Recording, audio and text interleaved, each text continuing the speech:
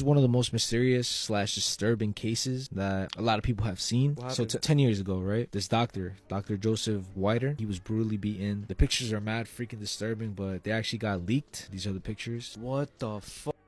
Wait, so if this happened 10 years ago, why are you talking about this now? The case resurfaced. It's being talked about again. It's under investigation again because the main suspect who actually confessed, so he was actually classified as a murderer, he said that he did it, but now 10 years later he's saying that he was just a witness. So he didn't do it. He didn't even kill a doctor. That's what he claims. He's claiming that the reason why he confessed was because he was so in shock when he was shown the morgue pictures. So he panicked and said that it was him? Exactly, bro. So if he didn't kill the doctor, who killed the doctor? Well, if you guys do want to find out how this crime was solved, tune in to Sleeping Dogs on March 22nd in theaters, starring Russell Crowe, Martin Kasokis, Karen Gillan, and many more. You don't want to miss this. This is one of the most entertaining, thrilling murder mystery movies of 2024. Get your tickets. We'll see you at the show. This depraved pedophile just couldn't stop committing crimes. This is 66-year-old Karamat Mansourabadi. So Karamat is from Wisconsin, and in 2023, February 2023 to be exact, reports came in that he had assaulted a child. Obviously, the police wanted to follow this up. They went to his home, they conducted an interview, and they felt like that was enough evidence to arrest Karamat. So he was arrested for the essay of a child, but he was then let out of jail. But something that investigators didn't know is that they had found even more evidence when they searched his property. You see, in February of 2023, when investigating the SA claim, they took Karamat's cell phone into evidence. But it was a few months later when they actually started going through the cell phone when they found some disturbing evidence. On Karamat's cell phone, they found over 30 CP or CSAM images that he had downloaded from the dark web. So he was then rearrested, brought back into custody, and his bail was then set at $1.8 million, ensuring that he wouldn't be able to leave jail until his trial. So the trial hasn't happened here yet, but I really hope that this guy gets put away for a very extended period of time.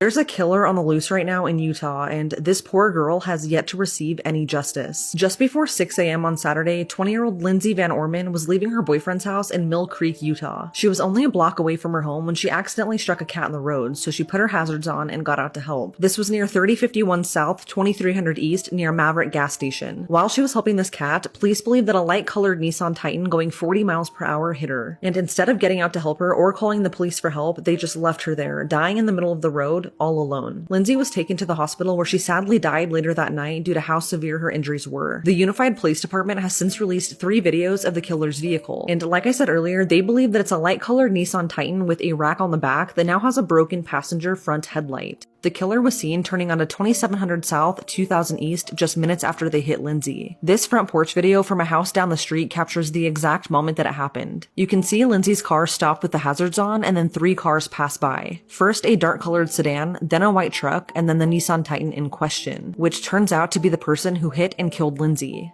The Unified Police Department believe that 2 other vehicles may have witnessed this happen, one of them being a black SUV that may have stopped behind Lindsay after she got out to help the cat, and they may have actually witnessed her being hit by the truck. So if this was you, or you were in the area and could have possibly seen something, please come forward and help this killer be caught. This is the footage from the Maverick gas station near where the incident happened. It's definitely way more clear and shows a good picture of the suspect's truck. Someone has to know who this car belongs to, and you need to come forward and do the right thing, because nothing is worse than not knowing who took your loved one's life away. Lindsay was only 20 years old, and she was described as always happy, always dancing, and incredibly compassionate. She did not deserve this. Her family set up a GoFundMe to help with hospital bills and other expenses, so I'll leave that here. If you have any information at all, please call 801-840-4000 and reference this case number.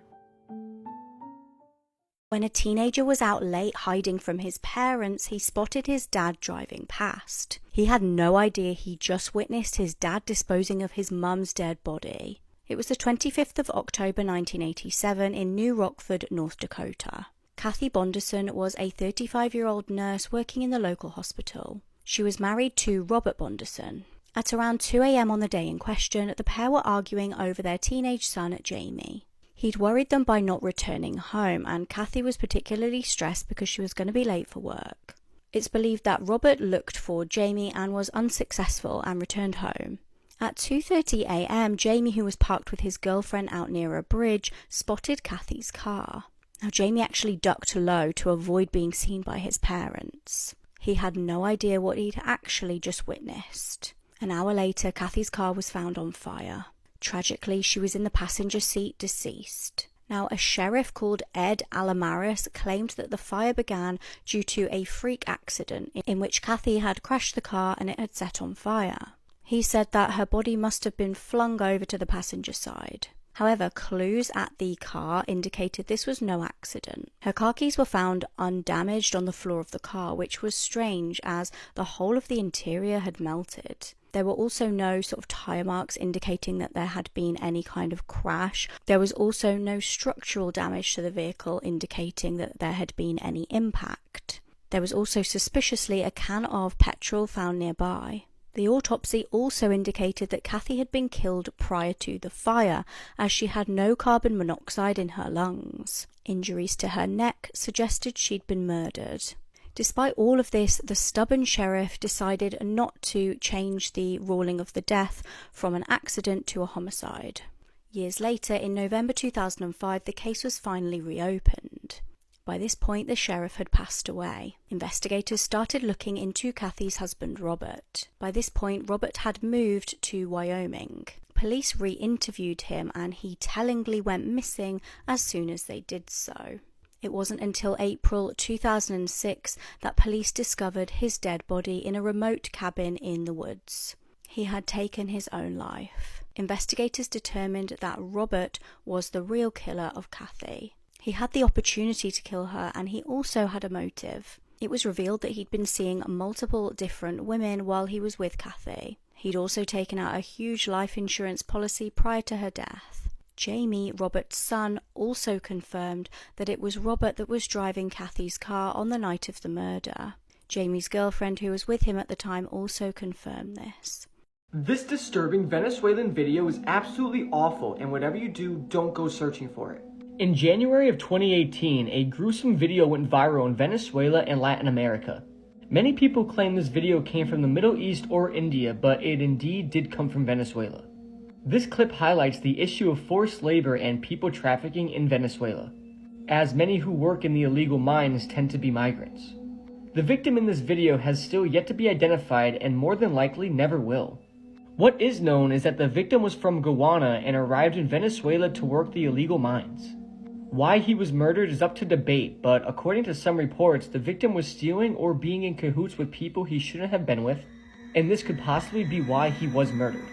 In one article, it says the victim's murder was ordered by a farmer named Tilson. Allegedly, he ordered the murder to send a message to his workers who stole from him. This seems to be the reason for the killing, as in the video you hear a man talking, accusing the victim of being a thief. The video is 2 minutes and 16 seconds long and is extremely hard to watch. Whatever you do, never go searching for it. In the first 15 seconds of the video, the person filming, who may be the farmer previously mentioned, roughly states, "This is a message to all of those who want to rob from my farm. I am the greatest in Venezuela." All while the statement is being read, the camera is fixated on the victim's face. The victim is lying on the ground on his back and is gagged with his hands tied. The victim looks young and, if I had to guess, is either in his late teens or early 20s. As he lays there waiting for his fate, the fear in his eyes says 1,000 words. After the statement is read, the brutality begins.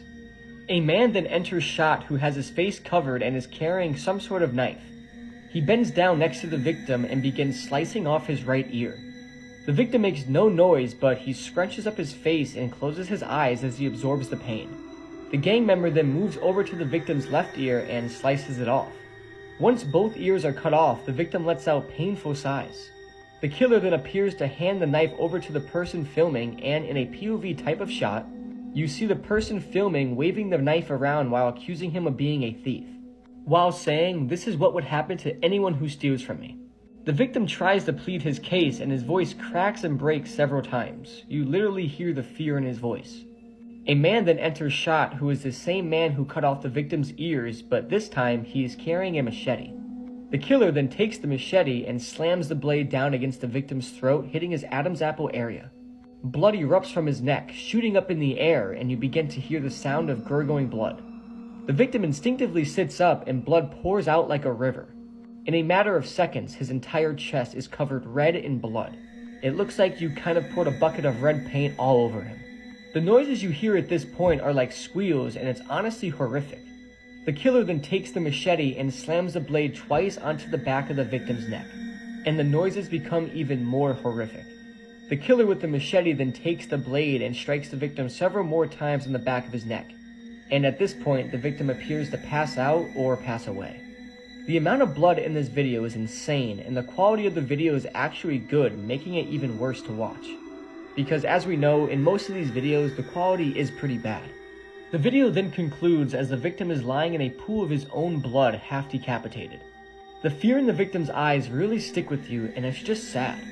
And what makes the video even worse is the fact that the victim is extremely young, maybe between the ages of 15 and 21. This is just another example of the disturbing world we live in, and this is just awful. Soccer player that was murdered after scoring an own goal for his team and then losing the game. I've heard about this before. Do you know his name or not? I don't know his name. His name was Andres Escobar. He was a Colombian player, yeah. This all took place during the 1994 World Cup. Colombia were one of the favorables to win. Fans had high hopes. Their first game was against Romania, and they ended up losing 3-1, which obviously triggered and angered the gangs that were betting on Colombia to win. The players have received death threats, even the manager saying how, yo, if you play this midfielder, we're gonna gun down the entire team. This one, the infamous game against the U.S. Around the 20th minute, a U.S. player was going to cross it into the penalty box, and Andres Escobar, who was a captain and also defender for the Colombian team, he was going to cut the pass by sliding, but he accidentally ended up scoring an own goal. Crazy thing is, during that time, the same time he was playing, his sister and her son were watching the game. The son told the sister, "Mommy, they're going to kill Andres, aren't they?" She was like, "No, sweetheart, people aren't killed for mistakes. Everyone in Colombia loves Andres." That game ended up ending in a 2-1 loss for Colombia. A couple days after, he decides that, you know what, I'm gonna go bar hopping. And then while they're there, some people start insulting him. Like, what the fuck happened about the own goal? Saying like, fuck you, you're the reason why you lost us the game. Yeah. And then obviously he sees the gravity of the situation. He ends up going to his car. Out of nowhere, you hear 6 gunshots. But after each gunshot, they screamed out, "Goal, goal," like the way the commentators be screaming. And then No.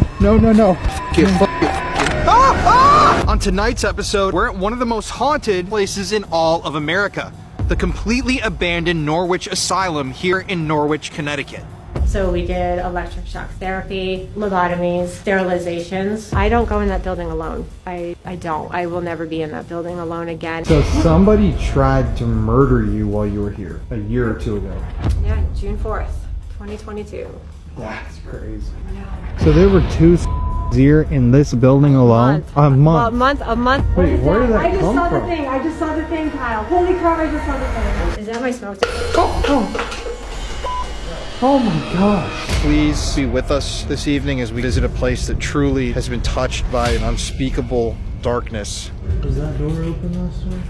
I don't like investigators. Yo, what the bro?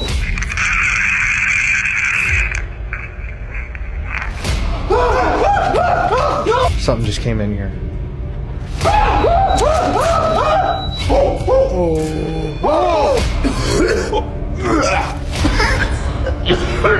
Both Connor and I just have a really bad feeling right now. I'm here. Scream. No.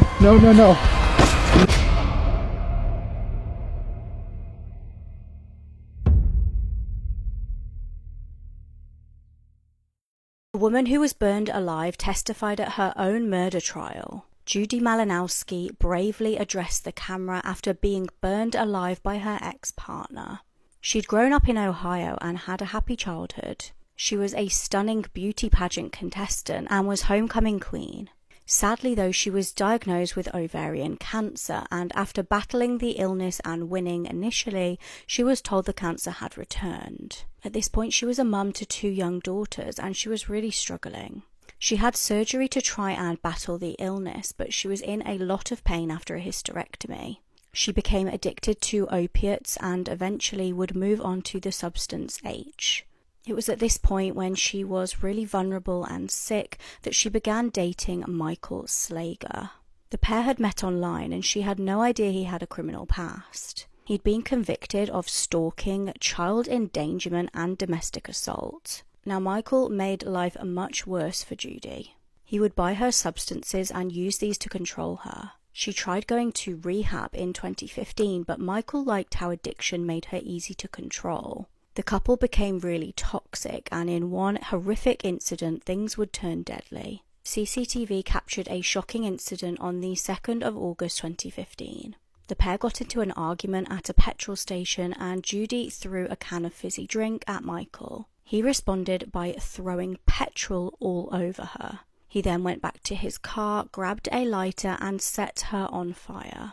She instantly went up in flames, and horrified onlookers scrambled to ring the police. Judy was rushed to hospital with third-degree burns covering 70% of her body. She became blind and lost her fingers and her ears. She battled on for 700 days, undergoing multiple surgeries. Eventually, though, she did succumb to her injuries. But brave and intelligent Judy recorded a video statement against her attacker. Just prior to her death, she documented what had happened and who was to blame. In order to do this, however, and to be obviously sober enough to testify in potentially a trial further on down the line, she had to be taken off all of her painkillers, so she was understandably in absolute agony to do this. She knew it would be worth it, though, to see her ex-Michael be put behind bars for what he did to her.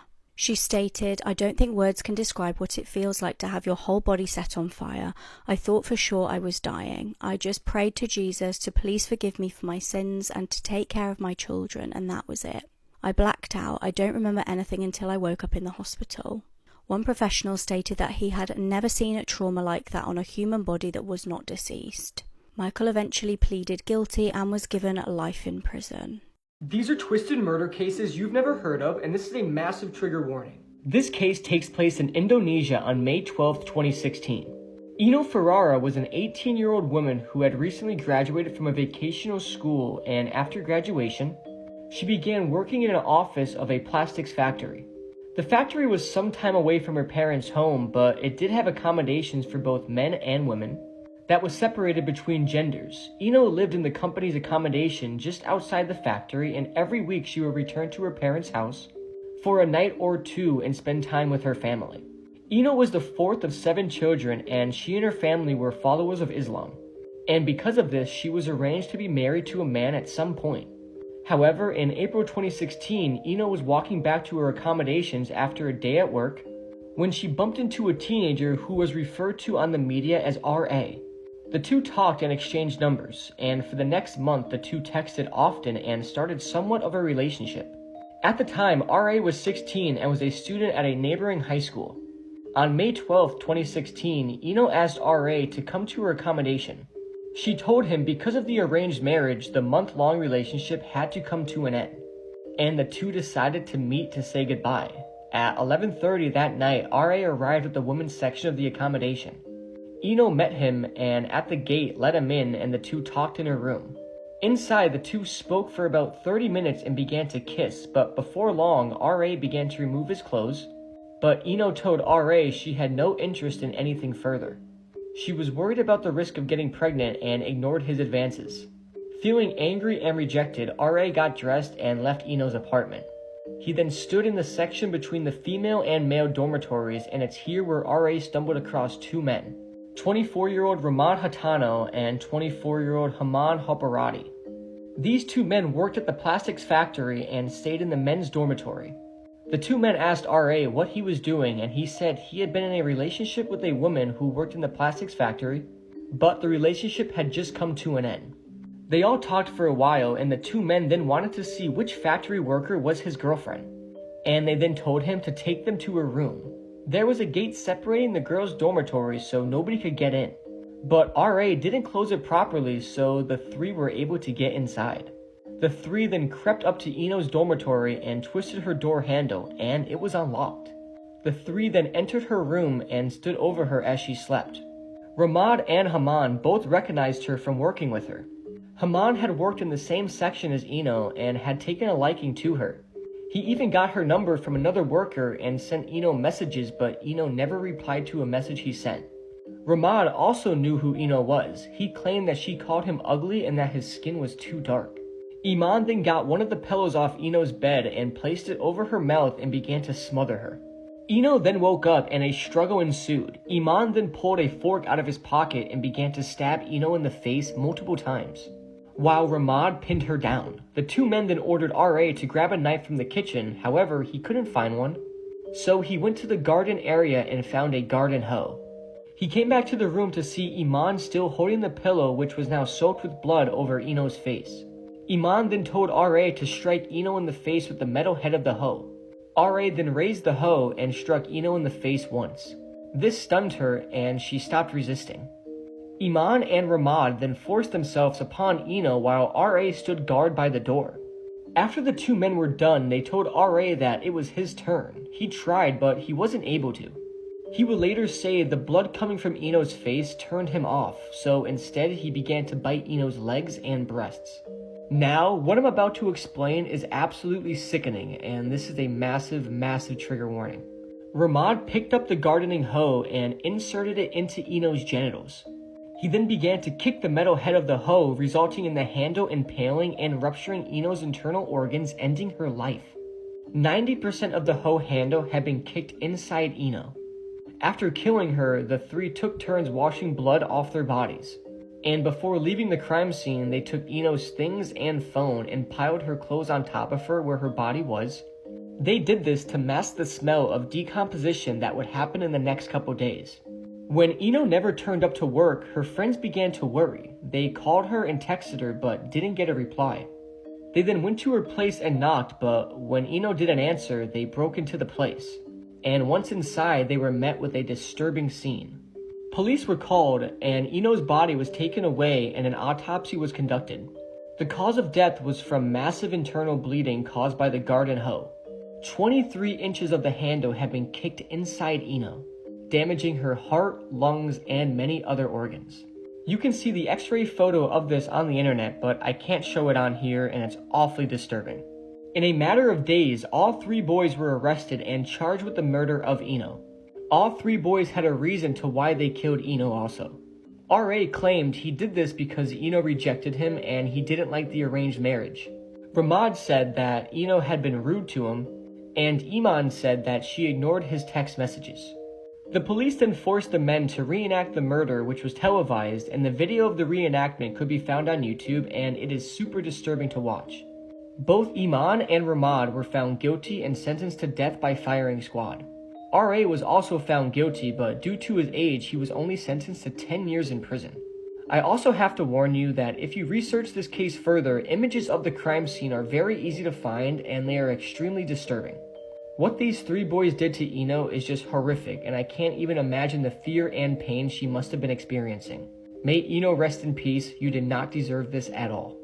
Just don't understand how someone can be killed and it's all caught on camera, yet the killer is just never found. I'm talking about the murder of Liz Barraza. She was setting up for a garage sale in the early morning hours of January 25th, 2019, when someone dressed in a disguise was caught on multiple cameras walking up to Liz and shooting her 4 times at point blank range. I truly just don't get how this case is still unsolved. So at around 6 that morning, Liz gets a coffee from a local Starbucks. She then drives back to her house in Tomball, Texas in the Princeton Place subdivision and starts setting up for a garage sale. Liz wanted to do the garage sale to earn some extra money for her and her husband Sergio's 5th wedding anniversary that would take place in a few days. To celebrate, the two were going to Universal Studios in Orlando. Just the night before, Liz put out 2 signs for the garage sale, one at the entrance of their neighborhood and one just down the road. So at 6:47 that morning, Liz and Sergio start setting up for the garage sale before Sergio leaves for work. Around this time, a dark-colored Nissan Frontier truck is seen entering the neighborhood and parking down the road. A few minutes after Sergio leaves, the truck is seen driving towards Liz's home. Whoever's driving does a 3-point turn and parks behind Liz's car, and then they get out and start walking towards her. I want to point out what this person appears to be wearing. It's definitely a disguise of some sort, but it looks like they're wearing a wig and possibly a robe with some pointed boots or heels. At this point, Liz is still setting up for the garage sale, but she sees this person walking towards her, and you can actually hear Liz say good morning, which was captured on her doorbell camera. This person then says something to her for about 6 seconds seconds before pulling out a revolver and shooting her 4 times. The first shot goes through the right side of Liz's neck. She's then shot twice in the chest, and as Liz drops to the ground, the killer stands over her and shoots her once more point blank in the face. The killer then runs back to their truck and drives off. Meanwhile, several of Liz's neighbors heard the gunshots and called the police. And while the neighbor across the street is on the phone with the operator, he sees the truck drive away. Liz's entire murder was caught on several of her neighbors' security cameras. I'm going to play part of that footage right now, so here it is.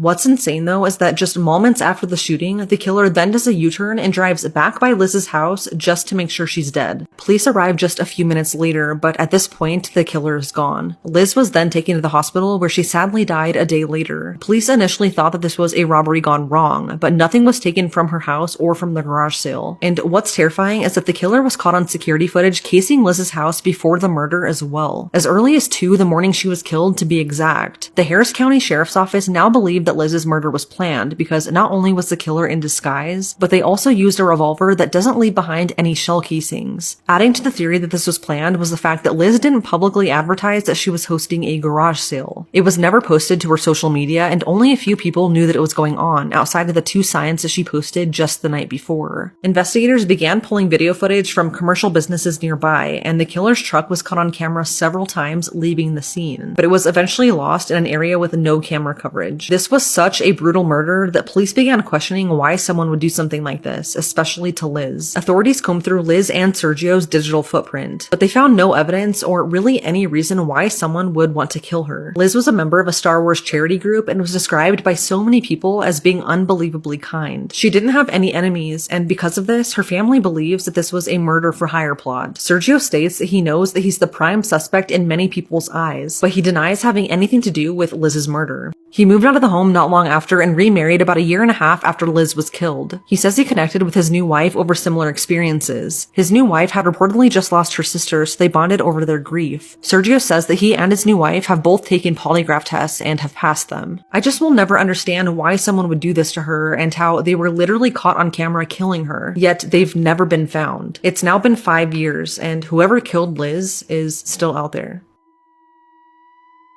The incident with Rey Mysterio and El Perro Aguayo Jr. This was a wrestling match, a tag team match, where it was going to be one of the biggest wrestlers here in the United States being Rey Mysterio, one of the biggest wrestlers in Mexico being El Perro Aguayo Jr. Everybody's obviously excited to see this wrestling match, and it's going normal, it's going fine, they're going at it with each other and stuff, but in one specific part of the wrestling match, which is about to be the end basically, you see Rey Mysterio want to set up like his signature move, and it goes off script, because you know how wrestling is scripted, so it goes off script, and El Perro Aguayo Jr. he like falls out of the ring, but he falls awkwardly. He basically like hit the edge of the arena with his back.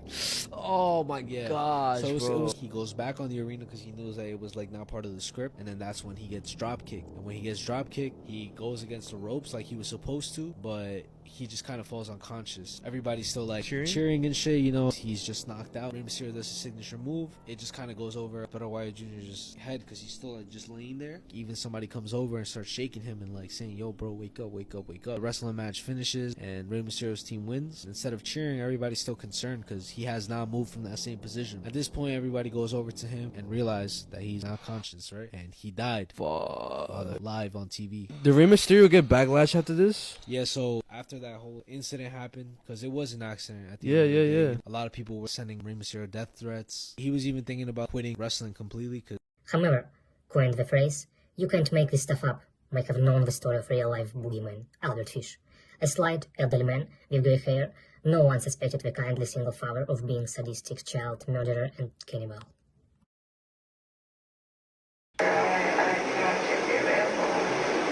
Someone here. While you're here, we'll keep you busy. You'll wash for us, you'll clean for us, cook for us, you'll cook for us.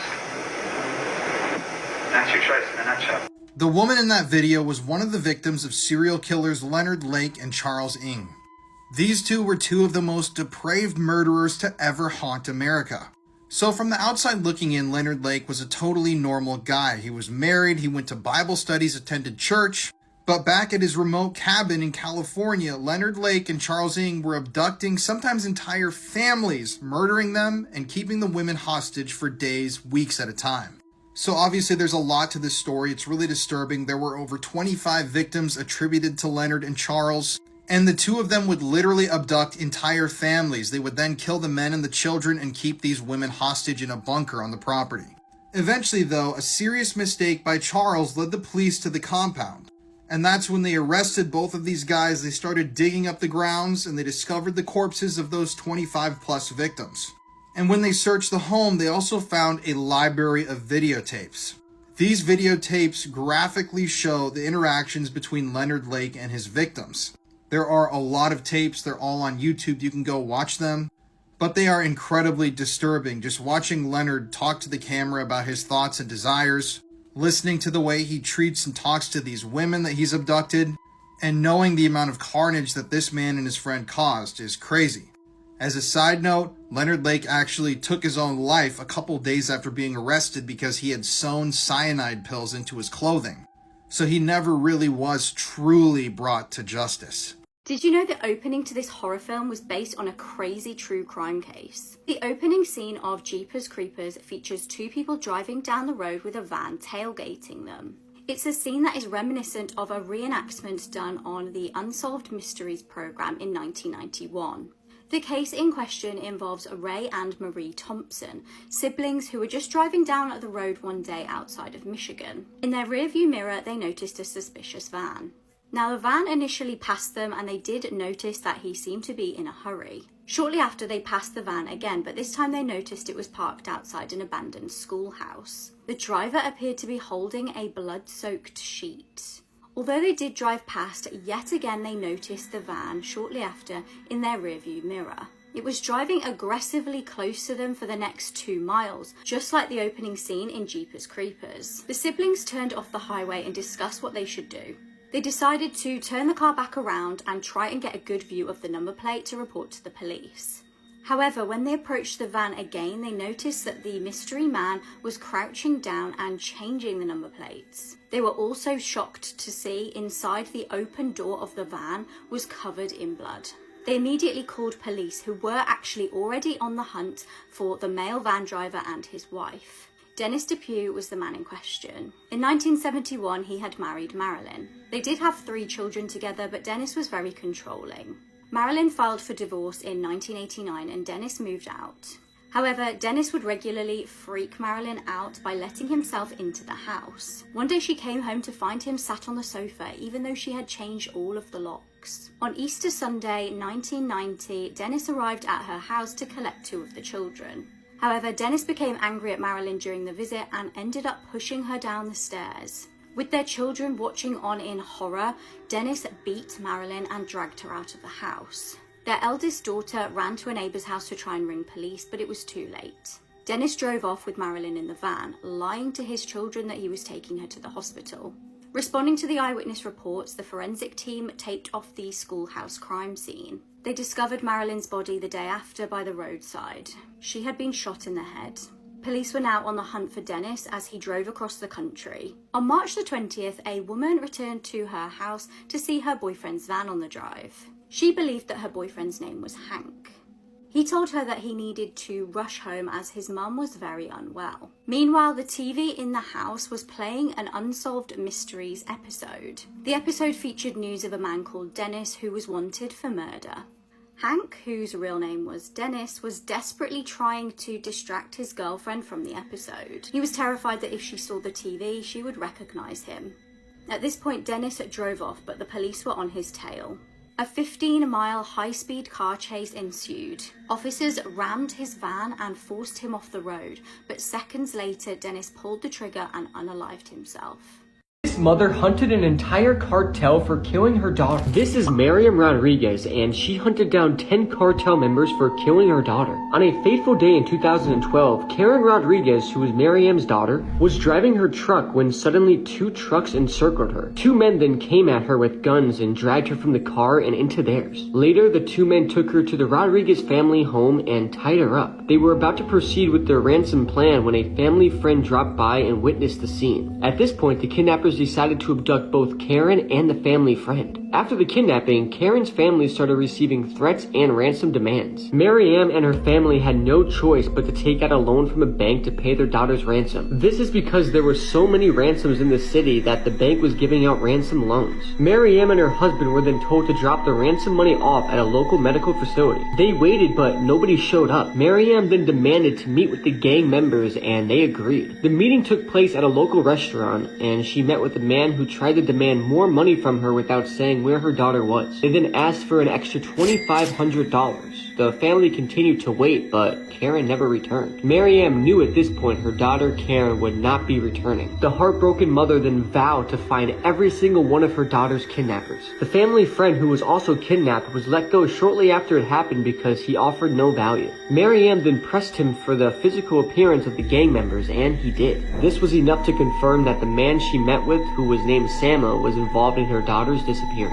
Miriam then spent hours searching on Karen's socials looking for any clues about her kidnapping. Miriam then came across a picture of Sama with a girl at an ice cream shop 2 hours away, so she decided to go there. She then located the store and began stalking it regularly. She then recognized the woman from the picture with Sama and studied her work hours, patiently waiting for Sama to show up. Finally, when she spotted Sama coming to the store, Miriam waited to follow the couple home and get their address. Miriam then had to get closer to these people, so she went undercover. She cut her hair and dyed it red and put on an old government uniform. She then went door to door in Sama's neighborhood doing fake surveys. She then spent some time identifying and locating more gang members from Sama's crew. And before you know it, Miriam located a picture of Sama with a group of his fellow gang members. On September 15th, 2014, Miriam's son was closing his shop when he noticed a familiar face. It was Sama. He then immediately called his mother. Sama was then arrested and quickly gave the names of the people involved in Karen's abduction. And finally, they got word of Karen's location. The gang members said, "I'm willing to take you to the ranch where they killed and buried them." When they went to the ranch, they found Karen's scarf, car cushion, and her femur bone, confirming her death. Miriam continued to try and find her daughter's killers though. Miriam traced a member named Flores back to his hometown and discovered he attended church, so Miriam started stalking the church. Eventually, she contacted the authorities over her findings and Flores was arrested. But Miriam isn't done there. After receiving a tip, Miriam located a man selling sunglasses. The man recognized her and ran away, but Miriam came prepared. She ran after him, tackling him to the ground and pointed a gun at him. Miriam detained him for an hour, waiting for the police to arrive. After hearing about what Miriam was doing, the cartels began to threaten her, which made her seek help from the Mexican government and request protection. During an incident, some prisoners were able to escape the jail where her daughter's kidnappers were being held. And on May 17th, 2017, Miriam was found dead outside her home. Miriam was shot with 13 bullets by the same prisoners who escaped. In her quest to seek justice, Miriam became a symbol of courage and resistance against the criminal underworld. This goes to show the love a mother has for their kids. Miriam was going against a very powerful cartel, and in my opinion, definitely won in more ways than that. Rest in peace to Miriam, you will never ever be forgotten. If you can make it through this entire video, I guarantee you won't be able to sleep tonight. A man was working late at night when he received a notification that there was detected movement on his son's baby monitor. He checked the app, expecting to see that his 3-year-old son had just coughed or sneezed loudly. But when he looked at the baby cam, he was shocked to see his son and wife acting very strange. They were sitting on the bed together, both glaring at the camera with blank, emotionless stares. He assumed that the camera was just frozen, but noticed that his wife and son were blinking every couple of seconds. He then called his wife to make sure everything was okay, and she told him that she was in bed with her son and he had gotten scared a couple of minutes ago and came into her room crying. The husband was stunned. He slowly told his wife that they were both in their son's room, looking into the baby monitor. Just as the wife was about to respond, there was a loud screech and the call ended. The man then went to check the baby monitor, and it was complete static. What are some of the craziest things people have confessed to at the end of their lives? Well, in this series, I'm sharing some of the wildest ones I found. and I cover lots of spooky and true crime stuff on this page, so follow along. This one comes from a man whose uncle was in a really devastating car accident. He had sustained life-threatening injuries, and the EMTs knew they had to act fast. Apparently, the uncle knew things were not looking well, so he beckoned the EMT closer. He had something he wanted to say. And so the EMT leans in really close, and the uncle says, "Tell my wife Wendy is my daughter." So who is Wendy? Well, apparently Wendy was the neighbor's 4-year-old daughter. The man did end up passing away from his injuries, and the word did get to Wendy's family. The parents divorced, but apparently the poster writes that the legal dad is still very much a part of Wendy's life. I think I would have taken that secret with me. And if you've been enjoying this series, you'll love the full podcast episode I did on them. This is Jack Torrance. He was a writer and recovering alcoholic who once accepted the job of caretaker at the Overlook Hotel, an isolated hotel located in the Rocky Mountains, which closes its doors to the public every winter. He took the job for some peace and quiet so that he could finish writing a manuscript. At the interview, Jack was made aware that the hotel's previous caretaker killed his family and himself whilst working at the Overlook. Not one to be deterred, Jack took his wife Wendy and his son Danny with him to start his new job. Danny started to have frightening visions of ghosts and occurrences at the hotel. He was revealed to have a unique telepathic ability called shining. Jack slowly lost his mind and started drinking again. After a scary encounter in room 237, or 217, Jack tried to kill Wendy. Head chef Dick Halloran ended up being killed for trying to help Danny, as he shared the same shining ability. Wendy and Danny escaped to a hedge maze, and eventually left the hotel in Halloran's snowcat. Jack ended up trapped in the maze, and eventually froze to death.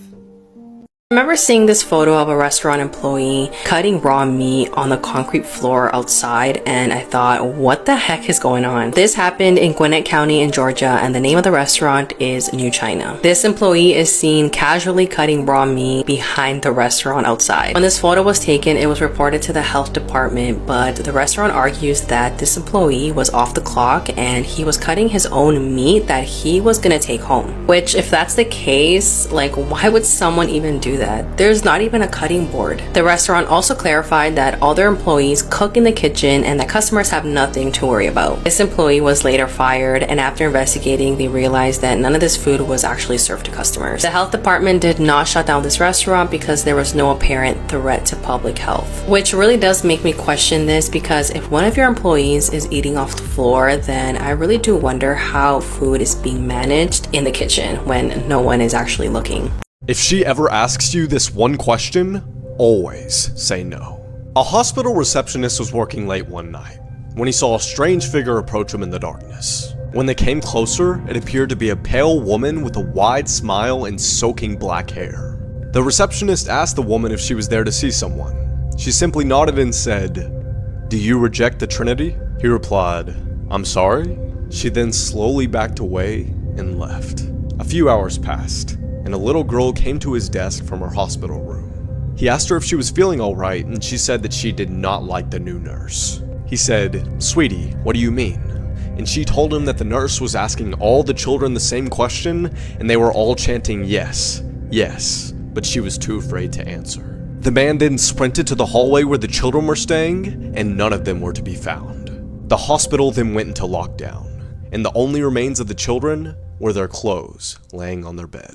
Scary facts you'll wish you never knew. Part 2. Being buried alive used to happen so often that people invented safety coffins, with a rope you could pull to ring a bell and let people know you're still alive. If you get a blood transfusion and get the wrong type of blood, one of the symptoms is a sense of impending doom. In 1975, the CIA had a heart attack gun. It would give someone a heart attack, then the dart would melt after entering the body, leaving no trace behind. One reason that crows and ravens are so associated with death is because they would often follow armies as they marched to battle. Being extremely intelligent, they realized that a large group of armed men marching in one direction meant that there would be a tasty meal to eat soon afterwards. Polar bears are one of the only animals that are thought to actively hunt humans. Around 30% of people reported missing have actually been killed by the person who reported them missing. Throughout your lifetime, you walk past around 36 murderers. 30 people die every year getting crushed from shaking a vending machine. Finally, the astronauts aboard the Space Shuttle Challenger most likely didn't die until they hit the water miles below the initial explosion. Erica's family told her they were going on vacation in Lake Tahoe. when in reality they were dropping her off at a troubled teen wilderness program that she would not survive. Erica Harvey was just 15 years old when she was dropped off at the Catherine Freer Wilderness Program. The program promised Erica's family that they could get her off drugs, but the staff were not trained very well. The first day that she was there, the kids all went on a really long hike, and Erica started showing symptoms of dehydration. Erica was also on antipsychotic medication, which was something the staff did not have any experience with. So when she started speaking gibberish and her eyes rolled into the back of her head, they thought she was being dramatic. And when she fell over backwards into a ravine, they completely ignored her. Finally, after an hour, they went to go check on her, but Erica didn't have a pulse. The staff called a medical helicopter, but they didn't know where they were, so they gave them the wrong coordinates. By the time Erica saw a doctor, it was 5 hours later, and she didn't have a chance. And programs like Erica's still exist today, trapping kids like prisoners because they're minors and can't sign themselves out. This week I interview a survivor who was gone for 3.5 years in the troubled teen industry because she was 14 years old when she was taken. This is the forgotten murder of 9/11. On the night of one of the most tragic historical events in history, Henryk Syriac was shot dead. The 46-year-old had been on his way to a job interview in Brooklyn. His wife was still in Poland with his 2 children, and Henryk's TV was broken, so he was fairly unaware of the gravity of the situation in New York.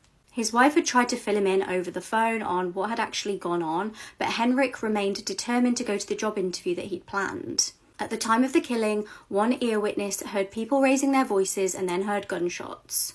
He was shot in the chest and stumbled out of a building onto the street where he passed away. Tragically, the father of 2, who was a Polish immigrant, is believed to have been a victim of a robbery gone wrong.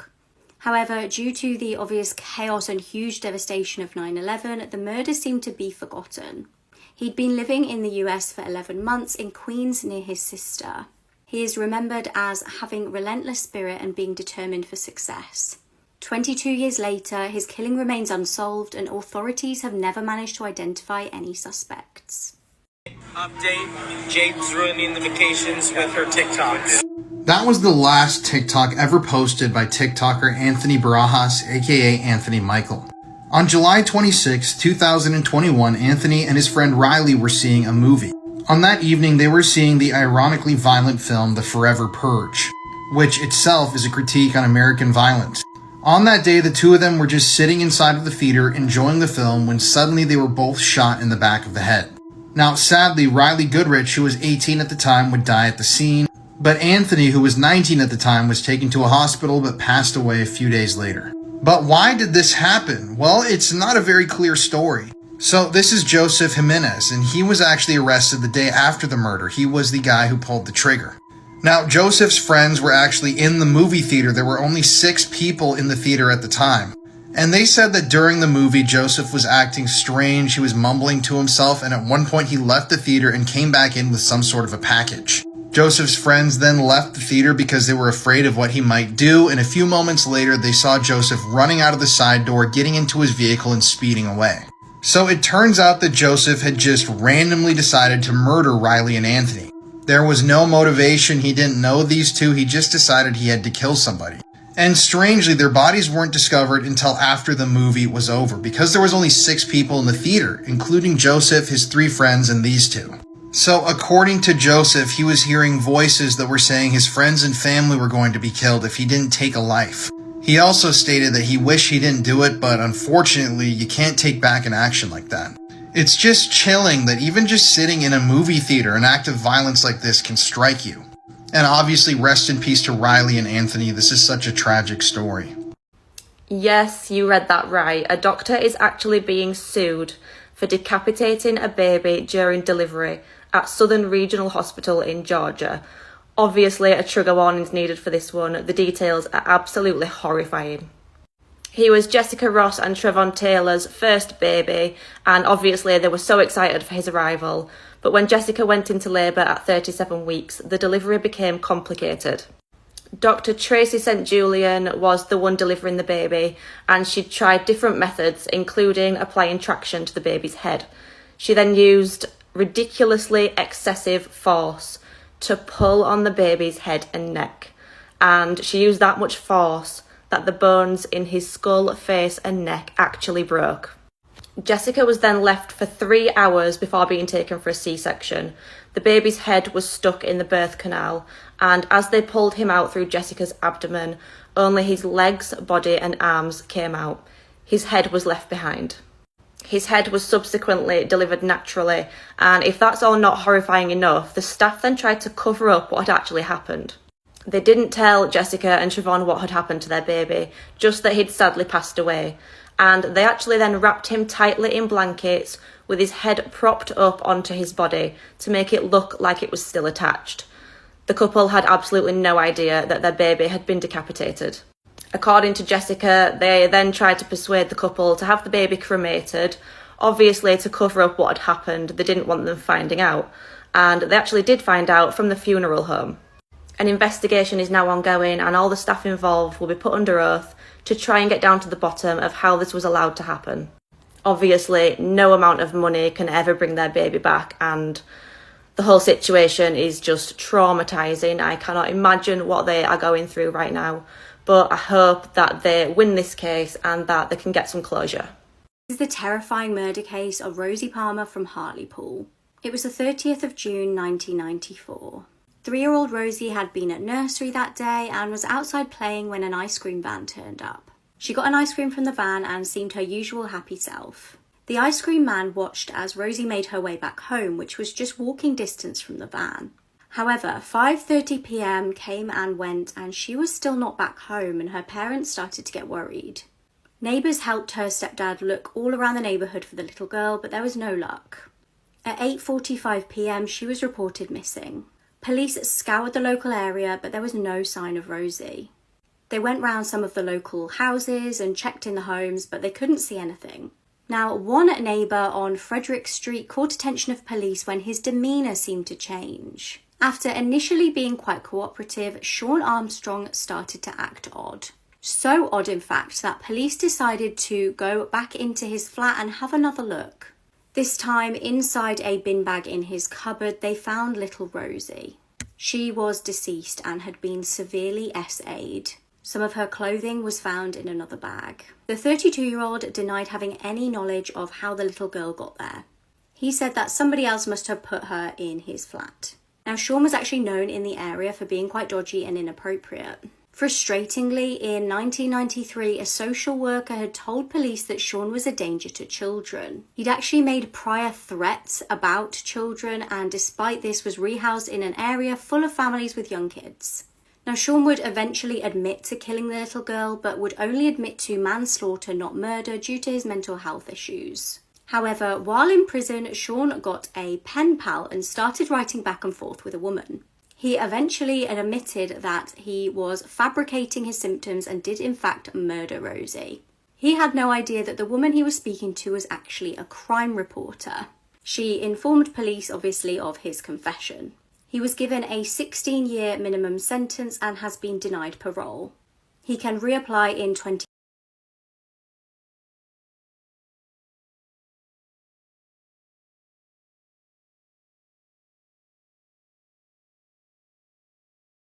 Saw right there were the final moments of 16-year-old Kalicia Williams' life. In the video, you can see she's recording a TikTok in a Hyatt hotel in Atlanta, Georgia. And right at the end of the video, she's startled by someone who seemingly intrudes into her room. So on December 26, 2020, Kalicia Williams, otherwise known as Pinky by her friends and family, was supposed to go to a Christmas party at an Airbnb. The parent of another teenager who was hosting the party had assured Pinky's family that she would be there chaperoning the event, but that was completely untrue. As it turns out, this party was never going to be at an Airbnb. It ended up being in a hotel room at the Hyatt Regency in Atlanta, Georgia. So obviously something suspicious about all of this is that you can't be a minor and rent a hotel room in America. So on the night that all of this went down, Pinky went to the hotel. She told her mother that she was the first one there. The girls were coming later. Oh, I forgot to mention, this was supposed to be a party for all girls, but there ended up being teenage boys there as well. And at some point during the night, Pinky was shot and killed.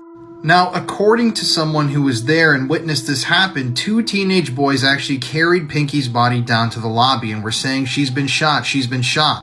These boys who were later interviewed claimed that they moved her body down to the lobby because of the blood that was in the room, but when investigators took a look at the room later, they noticed that there wasn't a lot of blood. Shortly afterwards, a 16-year-old boy was arrested for some sort of a crime that happened that night, but there's no real details about what happened afterwards. I couldn't find any record of anyone being convicted for the death of Pinky. And I mean, this whole thing really is just so suspicious. I mean, who pulled the trigger? What happened leading up to her death? Why was she killed? Why did a parent rent a hotel room for minors to party in? Why wasn't she there? Why did she lie to people's parents about the fact that she would be there? Why did they lie about it being in an Airbnb? There is just so much about this story that doesn't make sense. I hope that some sort of an answer is revealed in the future, but my heart just goes out to Pinky's parents, her friends and family members. They have been begging the community for some sort of a change, for some sort of an answer, and they haven't really gotten it yet. All they really have that is a concrete clue is this video that shows her final moments. This is the tragic case of Genevieve Lemit and the deaths of her 5 children in Livelle, Belgium. I came across this story a few years ago and it's absolutely horrifying. And after looking at it again this week, I realised that Genevieve was actually euthanised earlier this year at her own request. To the outside world, she looked like the doting mother, posing here with her husband Bushaib and their 5 children, Yasmin 14, Nora 12, Miriam 10, Mina 7, and 3-year-old Mehdi. Genevieve and Bushaib had met in the 1980s while studying, and they got married in September 1990. Bushaib actually lived with a physician called Dr. Michael Shah, who was a family friend, and he was the primary financial provider. Genevieve moved in with them, and in 1992 she gave birth to hers and Bushaib's first child, Yasmin. And in 1996, Dr. Shah took out a mortgage on a large house for the family and himself to live in. He also covered most of the expenses, including family holidays, monthly allowances, and also the mortgage on the house. Soon after their 5th child, Mehdi, was born, tensions began to rise between the couple. Genevieve was suffering from postpartum depression and seeing a psychiatrist. Meanwhile, Bushaib was spending more and more time away from home, often visiting family in Marrakesh, and it was while he was away on one of these trips that tragedy struck at home. On February 28, 2007, Genevieve went to a grocery store and slipped 2 kitchen knives into her bag. She then took her 5 children home, locked the door, and started to kill them one by one.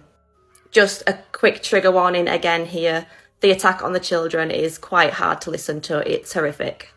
Genevieve first called 7-year-old Mina into the kitchen while her brother and sisters were watching a film. She tried to strangle Mina but was unsuccessful, and then she grabbed a kitchen knife and cut her throat. She then called her only son, 3-year-old Mehdi, into the kitchen and did the same to him. She then washed the knife in the kitchen sink and called 10-year-old Miriam into the office, saying that she had a surprise for her. She sat her in a chair and blindfolded her with a blue handkerchief, and she then crept up behind her and smashed a marble plaque over her head. When this didn't kill her, she slashed her throat with the kitchen knife. Next was 12-year-old Nora. She was also attacked from behind and had her throat slit. She was then left in the bathroom of Dr. Shah, and Genevieve used Nora's blood to write Judas on the bathroom mirror. Last was Genevieve's oldest child, 14-year-old Yasmin. She was called into the office just like her sister, but when she got in there, she saw her mum stood with the kitchen knife. When Genevieve tried to stab her, she dodged and fell to the floor. After a struggle in which Yasmin suffered multiple stab wounds, Genevieve then stabbed her in the back and slit her throat. With all her children dead, Genevieve then stabbed herself and called emergency services. When they arrived at the house, they found 4 of the children laid in their beds, with teddies in their arms, and they found Nora in Dr. Shah's bathroom. Genevieve was arrested and her trial began in December 2008. She pleaded guilty, and the trial focused mainly on what drove her to snap and murder her 5 children. Genevieve testified that her role as wife and mother had been disrupted by the presence of Dr. Shah in their lives. He'd accompanied them on their honeymoon and even stayed in the same room. He watched TV with them in the evenings, holidayed with them in the summer, and they depended on him financially. She resented him. When asked why she placed Nora in Dr. Shah's bathroom, she simply replied, "I wanted to hurt him. Nora was his favourite." Genevieve was found to be not of sound mind, and a psychiatrist that assessed her recommended that she be placed in a psychiatric unit. The jury did not follow this opinion and they sentenced her to life in prison. In 2019, however, she was moved into a psychiatric unit, and then in February 2023, she requested to be euthanized. This is actually something that Belgian law does allow if someone is found to be suffering from unbearable psychological or physical suffering. Genevieve chose her date of death and she passed away on the 28th of February 2023, the 16th anniversary of her children's deaths.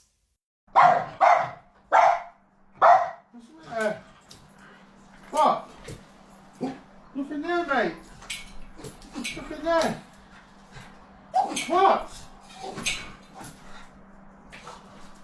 Look in there. Imagine getting married only to be decapitated by your husband 3 months later. 21-year-old couple Jared and Angie got married in October 2022. Around 4 p.m. on the 11th of January, police were called to their home in Texas. Police made a grim discovery in the pair's bathroom after finding, quote, what appeared to be the head of the victim to be in the shower, end quote. Angie's body was discovered on the floor near the bed in a pool of blood with multiple stab wounds to her back. It was actually Jared's poor parents that initially made this discovery after entering the home. They then obviously alerted police to what they found. Jared was arrested and has confessed to killing his wife with a kitchen knife. Jared was actually captured on